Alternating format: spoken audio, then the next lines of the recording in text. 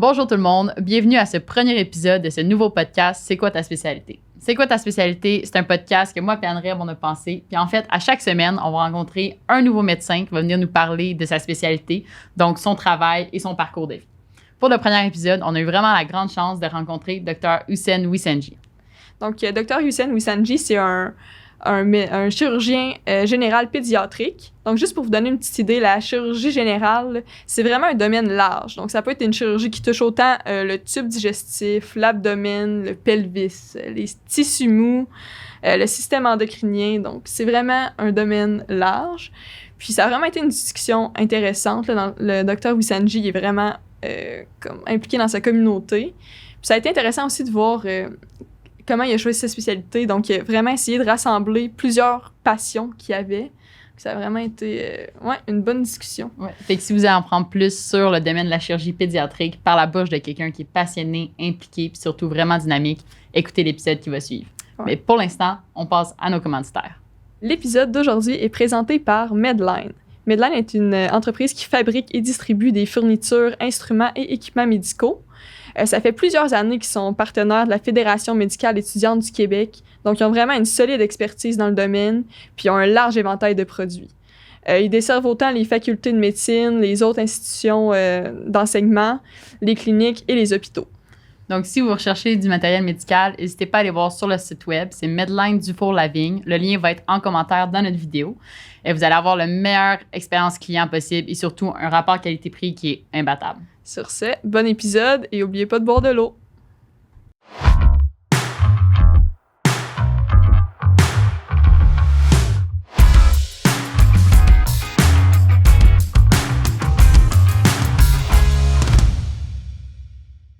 OK, Dr. Wissenji, merci beaucoup d'avoir accepté notre invitation. On est bien contente de vous recevoir. Salut Anne et Anne. Bonjour, merci beaucoup de me recevoir, c'est vraiment gentil.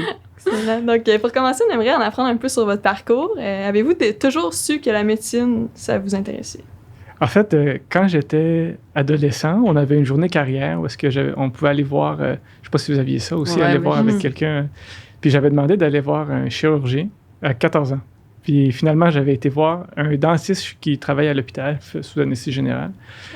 Et puis, je suis tombé dans les pommes. La première fois que j'entre en salle d'opération, le dentiste il a utilisé les seringues dans les films d'horreur avec les grosses oreilles là, de lapin là, en métal. Il utilisait ça pour geler le patient. C'est la première et la seule fois de ma vie que j'ai vu ça dans un hôpital. Puis quand j'ai vu la grosse seringue dans la bouche du patient, je suis tombé dans les pommes. Fait que je me suis dit, peut-être c'est pas pour moi. Puis quand j'ai fait mes cours de dissection, malgré ça, je trouvais que c'était intéressant. À la fin de la journée, j'étais rendu dans le champ opératoire pour regarder ce qui se passait. Puis quand j'étais au cégep, j'avais fait un cours de dissection. Je ne sais pas si ça existe encore, la dissection dans les laboratoires. C'est sur des rats ou poissons. Ouais, c'est ça. Ouais. Puis il fallait casser les jambes des rats, puis les piner, puis après ça, puis j'avais haï ça. Je trouvais ça barbare. Puis je sais pas si... En tout cas, moi, j'ai deux grandes sœurs. Puis une de mes grandes sœurs qui m'a dit « Tu ne pourras jamais être médecin ou chirurgien parce que c'est pas grave de faire la dissection. » Fait que là, je me disais, c'est ma grande sœur, elle a probablement raison. Fait que je m'en allais en ingénierie. Fait que quand j'étais au cégep, je me suis dit, j'appliquerai en ingénierie. Finalement, je travaillais dans une job étudiante où est-ce que je servais des gens. Là, dans le fond, j'étais vendeur dans un magasin. Là. Puis un des clients, c'était un urologue. Puis là, il était super gentil. Puis je pense que probablement, vous avez eu du mentorat dans votre vie, là, des gens qui sont passés du temps avec vous pour... essayer de vous coacher un petit peu. Puis moi, j'ai eu cette chance-là aussi. J'avais 16-17 ans. Puis j'étais en fin de ma première année de cégep. Puis l'urologue m'a dit... on placotait, puis il voyait que j'étais intéressé par tout ça. Puis il me dit, écoute, ça n'a rien rapport avec notre job, casser des rats dans un laboratoire, puis faire de la dissection. Puis on a placoté une couple de fois. Fait que j'ai reshifté pour appliquer en médecine. Ah ouais, fait que c'est quelqu'un qui vous a convaincu, finalement. Oui, bien, je pense, en fait, qui a peut-être... qui m'a peut-être donné de l'information plus réelle que... Ouais. Des stéréotypes que j'avais, par exemple, qu'il fallait aimer de la dissection sur des animaux ou que si tu tombes dans les pommes en salle d'opération, tu peux pas être chirurgien ou chirurgienne. Ouais. Mais c'est un peu pour la raison pour qu'on fait ce podcast-là, en fait, pour montrer aux gens que la médecine, c'est pas juste ce qu'ils voient à la télévision, mettons. Qu'il y a beaucoup plus derrière, puis qu'il y a un chemin pour tous. En fait, c'est loin de la télé. C'est vraiment, vraiment loin, surtout des stéréotypes. Là. Je pense qu'on s'éloigne. Surtout, il y a beaucoup plus de diversité aujourd'hui qu'avant en médecine, puis on s'éloigne énormément des stéréotypes là, qui sont amenés dans les émissions de télé usuelles. Là. Puis là, même si au début de votre cégep, vous pensiez même plus appliquer en médecine, vous avez réussi à rentrer à l'université directement? Oui, en fait, j'étais allé voir un conseiller en orientation, une conseillère en orientation, qui je me rappelle très bien, m'a dit, à cause de ma cotère, je m'étais forcé, mais pas... écoutez, je me dis, je voulais pas faire médecin, fait que je peux relaxer un petit peu plus. Puis elle m'a dit, c'est pas comme un coup d'épée dans l'eau, mais presque. Elle m'a dit, c'est pas comme si t'avais pas de chance, mais... Mais presque. Mais presque. Fait que, je pense que au final, c'était peut-être bon qu'elle me dise ça, parce que ça m'a piqué un peu. Fait que, ça m'a motivé. Au contraire de blesser à battre, je me suis dit, regarde, on va essayer, ça coûte rien. Puis, juste pour une petite histoire de résilience, là, tu vois, j'ai pas été pris en entrevue à McGill. J'ai pas été pris en entrevue à l'UDM. J'ai eu une entrevue à Québec puis à Sherbrooke. Puis j'ai été mis sur la liste d'attente à Sherbrooke. Fait que je pense que des fois, il y a des choses qu'on se dit, qu'on pense que c'est des grosses étapes, que c'est prédicteur de ta valeur comme personne ou de ton succès. Puis au final, ça fait partie de ton chemin puis de ton histoire, mais c'est difficile de s'attarder. À ce point-là, quand je me rappelle, j'étais très, très troublé là, de ne pas avoir eu d'entrevue là, à Montréal. J'étais même monté là, quand j'ai eu ma réponse pour essayer de rencontrer la directrice du programme là, de médecine pour faire mon point. Puis, oui. Ah ouais? Finalement, vous avez été accepté à Québec. Québec. L'Université Laval. OK. Puis là, en rentrant à l'université, est-ce que vous saviez déjà un peu vers quelle spécialité que vous vouliez vous diriger ou c'est venu avec le temps, avec les années? À chaque fois que je faisais un cours de système ou un stage, je me disais, je vais faire ça. C'est sûr, je vais faire interniste, je vais faire cardiologue, je vais faire chirurgien, je vais faire... j'aimais vraiment tout. Je pense que vous êtes des personnes curieuses aussi, puis il y a beaucoup de gens en médecine qui sont curieux, puis c'est tellement une belle job parce qu'on est capable de justement là, voir plein d'affaires. Puis moi, j'avais de la difficulté un peu à figurer où est-ce que je voulais m'en aller, un peu comme vous. C'est ça que je comprends, le but du podcast. Ouais, c'est ça. C'est d'en apprendre un petit peu plus. Fait que non, c'était pas clair pour moi que je voulais être chirurgien. J'ai changé là, à chaque rotation. Là, je parle en franglais, là, mais à chaque stage. C'est quand que vous avez eu la piqûre exactement? Est-ce que vous en souvenez d'un moment ou d'un instant que vous avez dit, OK, c'est vraiment vers ça, je vais aller, puis je vais foncer pour faire ça? J'avais l'intérêt de la chirurgie depuis longtemps, mais comme je dis, c'était un peu... À chaque fois, je trouvais que c'était... J'aimais d'autres choses aussi. Mais quand j'ai fait mon stage en chirurgie, je me rappelle, en fait... C'est un peu plate, parce que j'ai pas une histoire typique, peut-être que vous voulez, là, mais je me rappelle, j'avais pas aimé ça. J'avais surtout pas aimé la culture du milieu chirurgical dans lequel je faisais mon stage. Je trouvais que c'était très boys club, homogène. Je trouvais que la relation avec les patients qu'il y avait, c'était un peu caricatural, des relations froides là, qu'on peut s'attendre là, des fois, justement dans les films, qui n'est pas vrai que c'est ça qui existe dans tous les centres, mais le centre dans lequel j'ai fait mon stage, je ne fitais pas avec la culture. Puis peut-être que ce qui est important, c'est que si ça vous arrive, puis vous avez vraiment un intérêt pour quelque chose, allez voir ailleurs. Peut-être que c'est juste un mauvais fit avec la culture. Il y a une différence entre la job et la culture du milieu. Ouais, puis l'équipe de travail. C'est ça. C'est ton résident, puis ton fellow, puis ton patron, puis whatever. Tu sais, ça se peut que le stage, ça soit pas un bon fit, mais que ça serait plate, puis je pense que ça serait pas la première fois que quelqu'un qui fait pas une spécialisation qu'il aurait initialement aimé parce que le stage n'était pas nécessairement agréable. Ouais. Puis quand j'ai fait... j'étais un peu un pragmatique. Là, quand j'ai fait mon stage en milieu tertiaire, chirurgical, je me suis dit, je vais aller voir en région. Parce que moi, je suis né à Granby, puis peut-être surprenant pour vous, mais puis je m'étais dit, dans ma tête, j'ai personne dans ma famille qui est médecin. Je m'étais dit, ma job idéal, c'est ça de travailler comme chirurgien à Granby. Je suis proche de ma famille, de mon cercle d'amis. Fait que je me suis dit, je vais aller faire un stage en région pour voir si ce serait un job que j'aimerais. Puis statistiquement parlant, si je fais une formation en chirurgie, le plus probable, c'est que je sois chirurgien communautaire. Parce qu'en termes de job, il y a beaucoup plus de jobs en chirurgie communautaire qu'en centre tertiaire quaternaire. C'est plus facile de se placer Ben oui, c'est pas un secret. Dans le fond, il y a moins de jobs en centre universitaire que en milieu communautaire. Puis, fait que je suis allé faire un stage à Joliette. Et puis, j'ai capoté. J'ai vraiment, là, c'était... Je trouvais que la salle d'opération, c'était comme Noël. j'étais heureux, je voulais aller travailler, j'étais le premier assistant du chirurgien. Wow. Je me rappelle qu'il m'a fait attacher un fil là, pour une hernie inguinale. Puis là, je m'étais pratiqué, évidemment, comme tout externe, qui va faire un stage avec du fil à la maison. Puis en rétrospective, je me rappelle qu'il m'a fait attacher quelque chose qu'il mettait aux poubelles, de toute façon. Mais... Tu parles, l'excitement était là pareil. Ouais, je me suis dit, j'ai attaché quelque chose dans un patient. Là. C'est Noël, là. Je suis heureux. Puis tu vois, ça doit faire 15 ans de tout ça, puis j'ai encore un souvenir très lucide de ça. Fait qu'à ce moment-là, je me dis, je vais être chirurgien. Est-ce que vous avez trouvé ça difficile? Parce qu'on dit souvent que la chirurgie, c'est quand même un domaine qui est contingenté. Ouais. Donc, de vous démarquer par rapport à vos collègues, tout ça, pour pouvoir rentrer. Ou c'était juste ça y allait de soi un peu avec ce que vous impliquiez? C'est drôle parce que une des implications que j'avais faites, c'était comme vous, c'était pour augmenter la connaissance, pour familiariser les étudiants avec des spécialités chirurgicales. Ça s'appelait le groupe d'intérêt en spécialités chirurgicales. Puis il n'y en avait pas au Québec à ce moment-là. Puis c'était le premier qu'on avait parti, ça s'appelait GISC à Québec. Puis finalement, là, ça c'était quelque chose que j'avais commencé avec des collègues.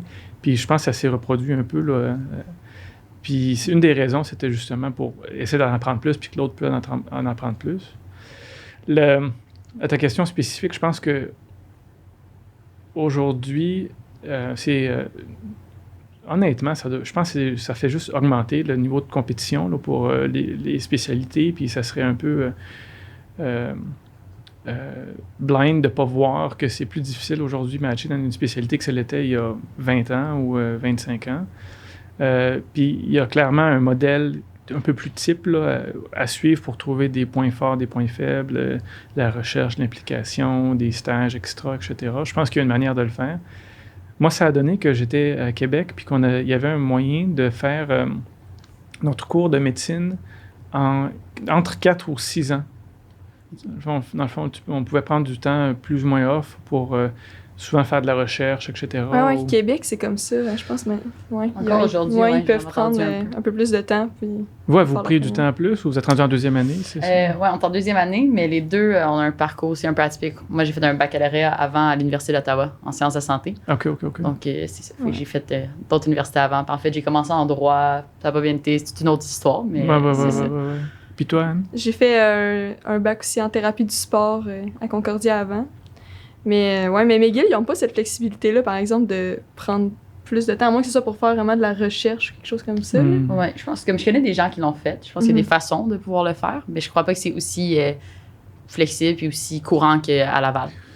Puis une des choses qui est arrivée, c'est que quand je suis rentré au cégep, j'avais 18 ans. À l'université, j'avais 18 ans. Puis je savais que j'étais jeune, puis je me trouvais jeune aussi pour...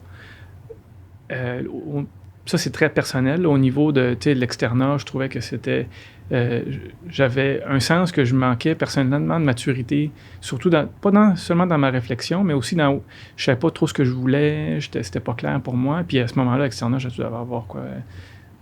20 ans, c'est pas... Puis vous avez déjà fait 3-4 années avant. Mais puis c'est la réalité, c'est beaucoup de gens du cégep, dans le fond, qui viennent, puis peut-être qu'ils ont vécu la même chose. Fait que qu'est-ce que j'ai fait, c'est que durant la première année, après ma deuxième année, j'ai pris 6 mois sabbatiques. Puis à ce moment-là, je trouvais que j'avais juste besoin d'un peu expérimenter différentes choses, puis je pense, voir d'autres choses. Fait que je suis parti 6 mois en voyage. J'ai pas fait de recherche, malheureusement. Je suis pas votre prototype de fait de recherche. Je pense pas qu'il y a de prototype pendant que tel. C'est ça qu'on veut savoir, les différents parcours. Puis... je suis parti 6 mois, puis j'ai voyagé surtout en Asie, là, avec mon backpack, avec un ami de médecine, qui là, lui aussi est chirurgien, ça donne. Puis après être revenu de mes 6 mois, j'ai fait une année d'externat. Puis je me suis dit, je pense qu'il m'en manque encore un petit peu. Fait que je suis parti avec une autre année encore, entre mon externat junior puis senior. Puis c'est vraiment à ce moment-là que j'ai eu le temps de réfléchir comme il faut à ce que je voulais, de, pour la première fois, prioriser un peu pas seulement ce que je voulais comme job, mais pourquoi je voulais ce job-là, puis ce que je voulais faire dans la vie en général. Puis c'était quoi mes objectifs personnels puis de carrière. Puis quelle carrière me donnerait le plus de chances d'atteindre ces objectifs-là. C'est intéressant comme approche quand même. C'était vraiment un temps de réflexion. C'est comme une année pour me dire... Parce que je sais pas pour vous, mais quand la vie continue, j'ai de la difficulté à avoir du recul puis à penser à mes choses. Puis j'ai pris ça fait que ça, c'était 1 année et demie sabbatique que j'ai pris, puis j'en ai pris une autre 10 ans plus tard, là, quand après avoir fini ma résidence en chirurgie, j'ai fait une maîtrise, là, je vous en parlerai plus tard, mais une autre année pour un peu m'orienter. Puis ces années sabbatiques-là m'aident énormément pour vraiment être plus purposeful dans mes démarches futures sur où est-ce que je veux m'en aller. Ouais, prendre le temps d'essayer de se faire un pas en arrière, puis voir C'est globalement, bon, j'en suis où est-ce que je veux m'en aller, puis comment je m'y prends. Fait que après votre médecine, vous êtes allé en résidence en chirurgie. Ouais. C'est bien ça? Ouais, Fait que ouais. C'est ça, vous t'appliquez en chirurgie avant d'aller vers la pédiatrie. Ouais. Est-ce qu'à ce moment-là, vous saviez déjà que vous Non. alliez vers la pédiatrie? Pas du tout. Pas pantoute. C'est vraiment, j'ai décidé last minute là, de faire de la pédiatrie. OK. Puis, fait qu'en finissant mon externat, en revenant de mon année sabbatique, je me suis dit, je vais être chirurgien parce que je trouvais que on pouvait vraiment, puis à ce moment-là, je pense que c'était un peu un moins nuancé, mais c'est correct, là, c'est l'information que j'avais. Je trouvais qu'on pouvait être très définitif. Tu sais, le patient a un problème, tu l'opères, régler son problème. Puis c'est très, très, très facile à comprendre comme équation. Quand on aide quelqu'un, tu sais, c'est immédiat, la satisfaction c'est très, très gratifiant. Ce que j'aimais aussi, c'est la relation avec les patients. Il y a un énorme lien de confiance entre un chirurgien, entre un patient et son chirurgien ou chirurgienne. Et puis ça, je trouvais que ça me parlait beaucoup. Puis fait que pour ces éléments-là principaux, j'avais décidé de faire de la chirurgie. Puis après avoir voyagé comme ça, je me suis dit, je veux faire du Médecins sans frontières. Je vais faire global surgery. Fait que je me suis dit, je vais me trouver une job en région, puis je vais partir 3-4 mois par année pour faire MSF. Fait que c'était ça, je suis rentré en chirurgie à Laval pour ça. J'avais appliqué à Laval, honnêtement, parce que je pense qu'à ce moment-là, c'est un peu insulaire, là, des fois, les universités. En tout cas, de ce que je connais. Par exemple, Québec, là, le monde, ils vont faire des stages à Québec, rester à Québec, puis ils veulent faire leur résidence à Québec. Puis moi, c'est ça que je connaissais. Puis j'ai appris avec le temps là, à voir la valeur de la diversité dans l'éducation, puis de voir d'autres choses pour avoir d'autres mentors, et puis pouvoir vraiment avoir une perspective différente. Mais moi, j'avais appliqué finalement, je pense, mon choix numéro 1, c'était aller faire ma résidence à Québec, puis j'ai fait ma résidence là-bas. Puis pourquoi chirurgie générale, comme parmi toutes les chirurgies? Ouais. Parce que j'aimais tout. Je pense dans mon cœur, puis je me suis fait dire récemment que c'était rendu un mensonge, parce que je suis rendu surspécialisé en pédiatrie, mais encore une fois, je pense qu'en pédiatrie, en chirurgie pédiatrique, on fait tout. Là. On fait du cou, du thorax, de l'abdomen, on fait un petit peu des membres, des extrémités. Puis en chirurgie générale aussi, c'est la même chose. C'est vraiment un chirurgien général. Puis ça va avec le fait que j'aimais un peu, à chaque fois que je faisais un stage, j'aimais ce que je faisais. Je pense aussi, à ce moment-là, c'est que la chirurgie générale a une culture un peu plus médicale aussi que d'autres spécialités, par exemple orthopédique, c'est beaucoup plus chirurgical pur. Mettons, je pense qu'en chirurgie générale, on s'attend des chirurgiens ou des résidents qui sont capables d'aller aux soins intensifs, d'avoir une conversation avec l'intensiviste, de dire comment est la ressuscitation du patient, son hémodynamie, parler de l'ARDS du patient, des choses comme ça. Je pense que c'est valorisé, puis j'aimais avoir ce côté-là médical. Puis je pense que ça serait raisonnable de dire que la chirurgie générale, c'est une des spécialités où est-ce qu'il y a le plus de médical là, en médecine, en chirurgie. Puis justement, pour ceux qui ne le sauraient peut-être pas, qui nous écoutent, est-ce qu'on peut définir ce que ça fait la chirurgie générale? Ouais. Ça dépend où. Puis ça dépend, ça peut faire beaucoup de choses ou ça peut être très spécialisé. Là, je pense que la mode, au niveau des outcomes, puis c'est d'avoir des surspécialisations après avoir fait sa chirurgie générale. Fait que si, par exemple, j'ai un ami qui s'appelle Ali, qui est Dr. Ali El-Haj, qui est chirurgien à Châteauguay. Lui, c'est un chirurgien général communautaire. Fait que principalement, il va faire de la chirurgie digestive abdominale. Il peut faire de la chirurgie qu'on dit acute care, c'est-à-dire une appendicite, une hernie, une vésicule une cholécystite ou des choses comme ça. Il peut faire du cancer du côlon. Il peut faire certains autres types de cancers digestifs. Puis, il fait aussi de l'oncologie pour le cancer du sein. Ça, c'est une partie. Fait que je pense que ça, c'est une pratique, là. Les chirurgiens peuvent aussi faire de l'endoscopie, colonoscopie, gastroscopie. Ça, c'est une pratique un peu chirurgien général. Puis après ça, si on veut, il y a plein de spécialités, surspécialités qui se donnent. On peut faire un fellowship en colorectal. C'est surtout pour du cancer du rectum, parce qu'il peut y avoir de la radiothérapie, des managements complexes, la chirurgie qui demande une expertise élevée aussi. Il peut y avoir hépatobiliaire, le foie, le pancréas. Il peut y avoir un fellowship en oncologie, donc se spécialiser dans tous les types de cancers que les chirurgiens généraux peuvent faire. Chirurgie pédiatrique, évidemment. Ça, c'est comme tout à fait une autre catégorie. Fait que ça dépend un peu qu'est-ce qu'on veut faire. Mais je pense qu'un des messages que j'aimerais donner, c'est que si quelqu'un rentre en... Puis c'est pas tout le monde qui serait d'accord avec ce que je veux dire, mais si quelqu'un rentre en chirurgie générale, je pense qu'il faut aimer la chirurgie générale. Parce qu'il y a une chance non nulle que tu vas finir chirurgien général. Puis il y a du monde qui rentrait en se disant « Moi, je vais être le surspécialiste de ça. » Puis... Par exemple, en chirurgie pédiatrique, il y a 7 postes de formation au Canada par année. Wow. Fait que ça se peut que tu manques ton tour une année ou deux, ou peut-être 3, puis peut-être ça se peut que tu n'aies pas... C'est pas parce que tu n'es pas un bon ou une bonne candidate, c'est parce qu'il y a beaucoup d'applications. Fait que si tu fais une chirurgie en chirurgie générale, c'est tout le temps plus safe de se dire, ben regarde, au pire, je suis chirurgien général, je vais aimer ça. Ouais, puis moi, ça me sécurisait de me dire ça. Ça fait du sens. Ouais. Puis pour ceux qui nous écoutent, ils le savent pas, parce que moi, je sais que tu me recules de 2 ans, j'avais aucune idée c'était quoi. Là. Un fellow, souvent, c'est une surspécialisation après ta résidence. Oui, fait que les étapes, c'est, mettons, en francophone, préclinique, si tu n'as pas fait d'université. Après ça, c'est le cours clinique. Là. Après ça, c'est l'externat. Après ça, c'est la résidence. Puis des fois, chez résidence junior ou senior. Après ça, c'est le fellowship. Puis après ça, il peut faire plus de formation là, sur spécialisation. Puis souvent, à l'intérieur de ça, il y a des gens, si tu veux rester en centre universitaire, qui font une maîtrise ou un PhD à travers tout ça. Donc là, une fois rendu en résidence, comment ça se passe? On entend souvent que la vie de résident en chirurgie, c'est quelque chose. Comment ça s'est passé pour vous? Bien, je pense qu'il y avait un chirurgien. Quand j'étais à Granby, j'étais allé faire un stage là, comme externe un chirurgien qui m'avait dit c'est comme si tu prenais de la télé puis tu mets ta vie sur pause pour 5 ans pour ta résidence. On l'a entendu souvent, ça. Puis je trouvais que c'était un peu exagéré quand j'étais externe, mais sincèrement, en rétrospective, c'est vraiment... C'est une priorité. Dans le fond, je pense qu'il faut avoir des attentes raisonnables. Si quelqu'un fait sa résidence en chirurgie, c'est ta priorité numéro 1 pour le temps de la formation. C'est très exigeant, les heures sont longues, work hours c'est long, le stress est élevé, il y a beaucoup de choses à apprendre. Tu as tout le côté médical, mais le côté technique aussi. Mais moi, à plusieurs étapes dans ma résidence, même quand j'étais brûlé, je me rappelle, me dis, mon Dieu, que je me trouve chanceux de faire ça. Je trouvais que je trouvais que c'est la plus belle job au monde que je pouvais demander. Je me trouvais privilégié de faire ça. Puis je le pense encore.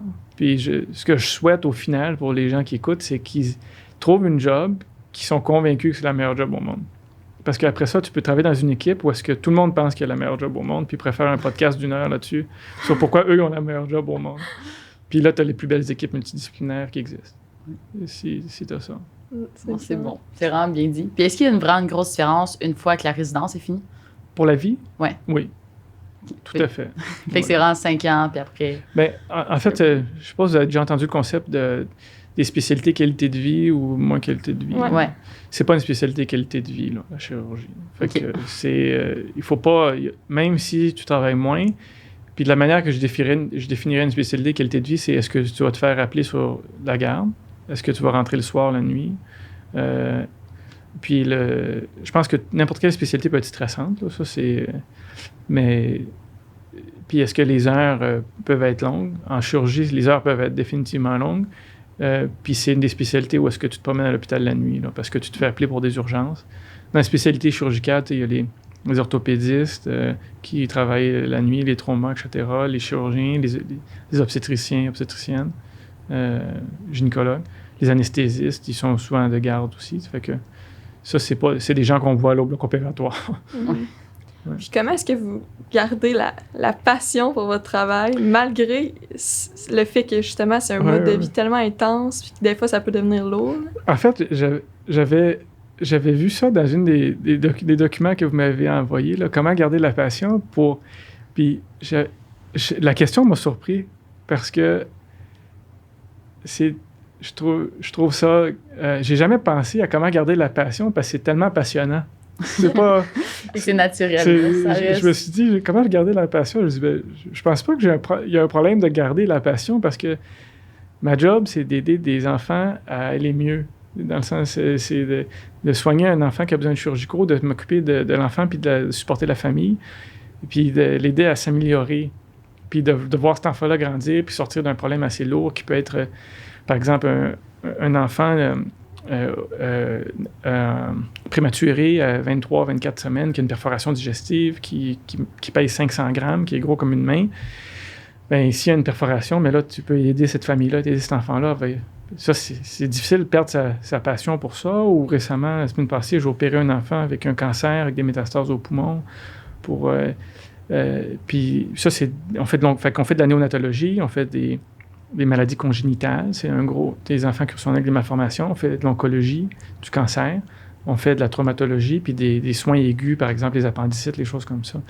C'est difficile, je trouve, de dire perdre la passion d'aider des enfants à aller mieux, puis d'avoir la chance d'être privilégié, d'être interagir avec ces familles-là. La gratification, toujours, d'aider ces familles. C'est ça. Puis je dis beaucoup les familles, parce qu'en chirurgie pédiatrique, c'est une énorme composante de notre travail. Puis des fois, en manière réaliste, on ne peut pas toujours aider chirurgicalement, mais je pense que être humain, à l'écoute, puis offrir un support, parce que des fois, il y a des situations qui ne sont pas corrigeables avec une chirurgie, puis malheureusement, des fois, ça va mal. De pouvoir être ce support-là avec la famille, c'est aussi une gratification énorme. Puis, on parle beaucoup de pédiatrie jusqu'à maintenant. Comment vous trouvez ça, la différence vraiment du milieu de travail avec les enfants versus avec les adultes? Pourquoi vous préférez, je suppose que vous préférez travailler avec les enfants? En fait, je pense que je suis derrière mes lunettes puis ma veste, j'ai un cœur d'enfant. Là. Je suis vraiment... je pense que c'est facile de voir la sensibilité d'un enfant puis de vouloir connecter avec l'enfant. Un enfant, ça veut pas de congé de maladie, ça veut pas un papier de CSST, ça veut pas... il veut pas aller à l'école. Il veut juste jouer, puis tu veux te sentir mieux, puis après jouer, puis il veut guérir. Puis c'est le fun d'avoir cette pureté-là d'un enfant, de pouvoir les aider. Je pense que ça me rend une meilleure personne de travailler avec des enfants puis avec des familles parce que il faut une patience différente. Il faut que tu rentres dans une pièce puis tu t'arrêtes, là, tu recules puis tu prends Souvent, j'ai une petite chaise, un petit tabouret, je me mets au niveau des enfants puis je parle à l'enfant directement avec la famille qui est là puis qu'on interagit. Puis ça te ramène à une réalité différente complètement. Je pense que je pourrais parler 1 heure de juste pourquoi j'aime travailler avec des enfants. Puis le milieu pédiatrique, c'est un milieu qui est extrêmement... parce que le travail multidisciplinaire est très, très, très valorisé. Je pense, entre autres, parce qu'il y a beaucoup de choses rares. La moitié des choses qu'on apprend en chirurgie pédiatrique, c'est des choses 1 sur 10 000, 1 sur 20 000. Notre travail est basé sur beaucoup de case reports. Là. Notre littérature, c'est des choses très, très rares. Puis, à cause de ça, on est habitué à travailler en équipe pour justement offrir les meilleurs soins. Ça, j'adore ça, travailler en équipe avec les néonatologistes, les pédiatres, les infirmières, les nutritionnistes et toutes les équipes multi. Puis, ça, c'est une autre raison. Je pense qu'il y aurait beaucoup, beaucoup de choses au niveau... Puis les parents, sincèrement, je pense que c'est drôle parce qu'une des raisons pourquoi les gens ne veulent pas faire de la pédiatrie, des fois, c'est l'anxiété des parents. Puis je vous dirais que moi, au contraire, j'ai tellement été agréablement surpris et puis touché par... je connais pas une traduction en français, mais graciousness, de gracieuseté, pas ça? Mais par vraiment, ça va être ce mot-là, le mot Googlera, le graciousness des familles, surtout face à l'adversité.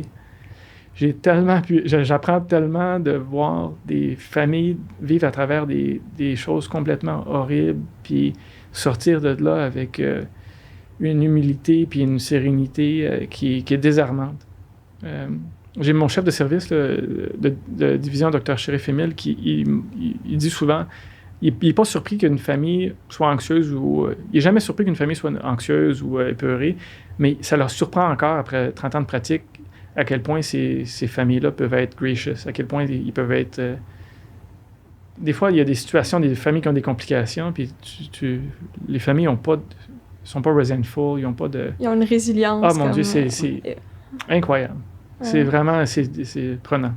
Mais justement, quand on parle de pédiatrie, on dirait que ça me vient toujours en tête des fois de devoir annoncer à une famille que, tu sais, ça n'a pas fonctionné. Là, ou un décès. Un décès, c'est ça, que l'enfant est resté sur la table.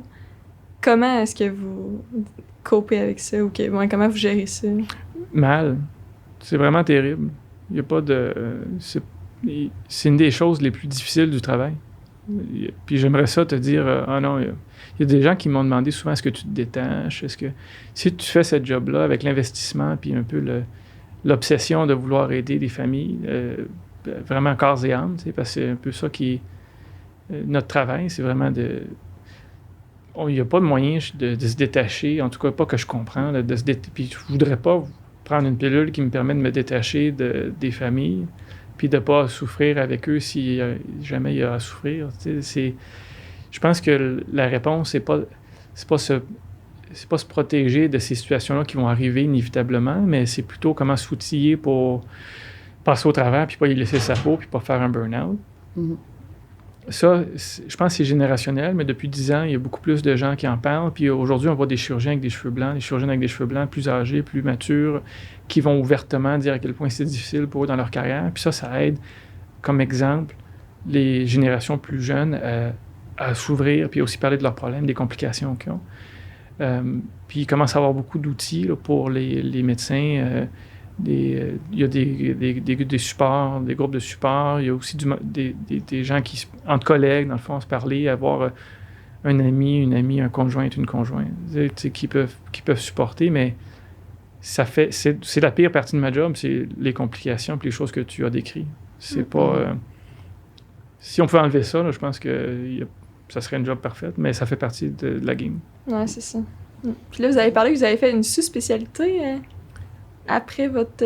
En fait, j'ai fait une maîtrise en santé publique. Dans le fond, une des raisons pourquoi est-ce que je voulais faire de la chirurgie pédiatrique, c'est que une des missions, pas une mission, un de mes plans de professionnel, personnel que je voulais faire, c'était aussi non seulement aider un patient à la fois, mais essayer de voir comment on peut augmenter l'impact populationnel comment est-ce que je peux augmenter l'impact populationnel d'améliorer les soins chirurgicaux pour les enfants.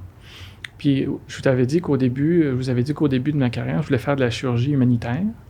Fait que je suis allé faire une maîtrise en me disant, je vais apprendre à faire, pas juste techniquement comme chirurgien, mais vraiment comment travailler dans un système en chirurgie humanitaire. Puis je suis allé faire ma maîtrise à Baltimore. Puis je ne sais pas si vous connaissez de réputation la ville, là, mais c'est une ville où il y a beaucoup de ségrégation là, avec les communautés afro-américaines, puis aussi entre le campus universitaire de Johns Hopkins puis la partie plus pauvre de Baltimore, il y a une différence de 10 ans de life expectancy, d'espérance de vie.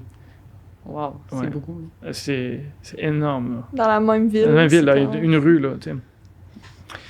Puis, à ce moment-là, j'ai compris à quel point est-ce que pour amener un changement dans un système, il fallait pouvoir s'investir de manière très importante dans ce système-là. Puis on a un des chirurgiens au Children qui s'appelle Dr. Dan Poneru, qui lui il a été habité 7 à 8 ans là, au Kenya. Il a bâti une équipe là-bas, il y a un hôpital qui est resté, puis ça a vraiment changé un système de santé, mais il s'investit 7 à 8 ans là-bas. Tu sais. Moi, je me suis dit que je voulais donner 3-4 mois par année, puis je pensais pas nécessairement que c'était suffisant pour amener l'impact que je voulais. Fait que j'ai comme pivoté durant ma maîtrise, puis je me suis focusé sur les systèmes de santé nord-américains, puis les politiques en santé nord-américaines. Puis je me suis dit, je pense qu'il y a de la disparité dans les soins au Québec puis au Canada. Par exemple, je travaille avec un projet avec des gens de Premières Nations ou aussi des communautés marginalisées. Puis comment est-ce qu'on peut aider ces groupes-là à avoir plus d'équité en termes de soins de santé?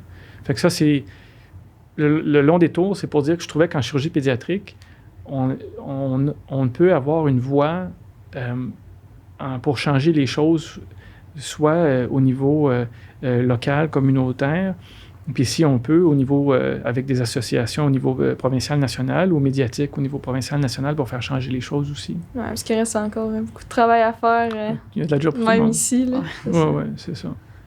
Très intéressant. Puis une chose que je pense que je souhaiterais, c'est que les gens réfléchissent aussi à comment aligner de manière stratégique leurs différents objectifs. C'est que si tu veux, je sais pas, sauver les pandas puis être chirurgien pédiatrique, c'est deux jobs différents.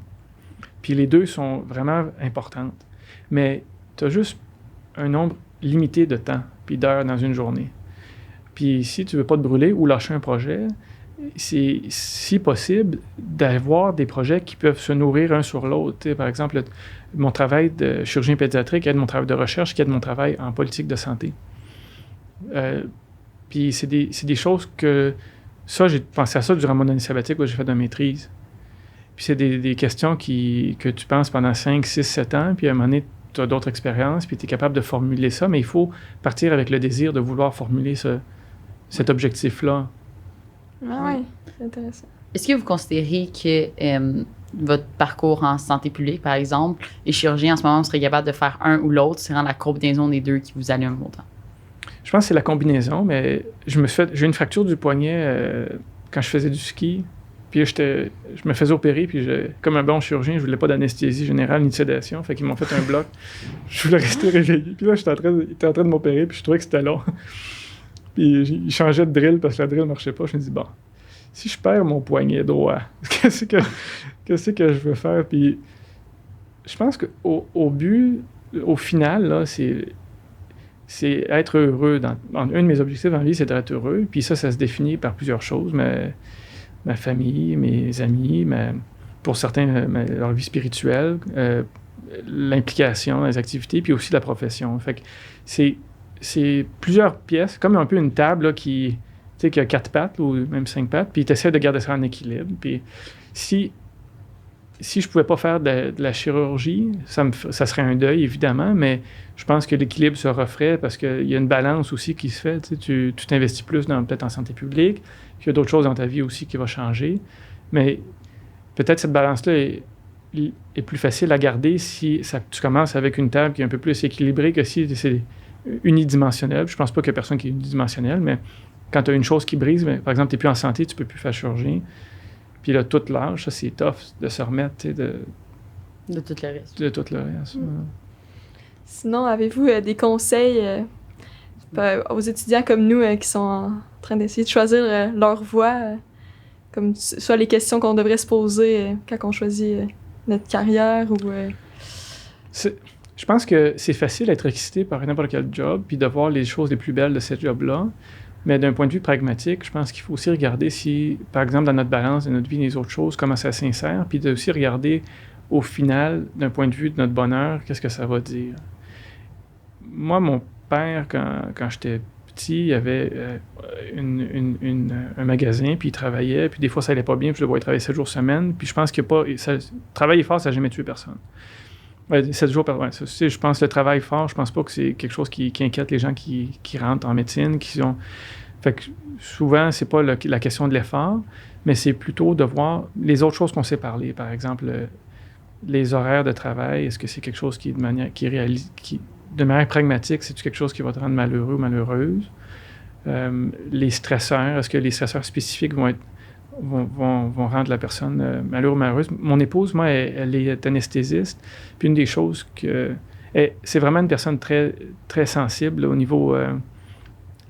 niveau émotionnel. Là, quand elle avait des patients qui étaient externes, là, elle revenait à la maison puis elle pleurait parce qu'il y avait un patient sous dialyse, puis ça faisait de la peine. Puis elle est vraiment, vraiment très sensible. Puis elle a décidé je pense qu'elle s'est dit qu'elle va faire un burn-out si jamais elle travaille dans une spécialité qui hospitalise des patients, qui doit avoir cette responsabilité-là au jour le jour. Puis c'est correct d'avoir cette réalisation-là plus tôt que plus tard, puis de respecter ça aussi.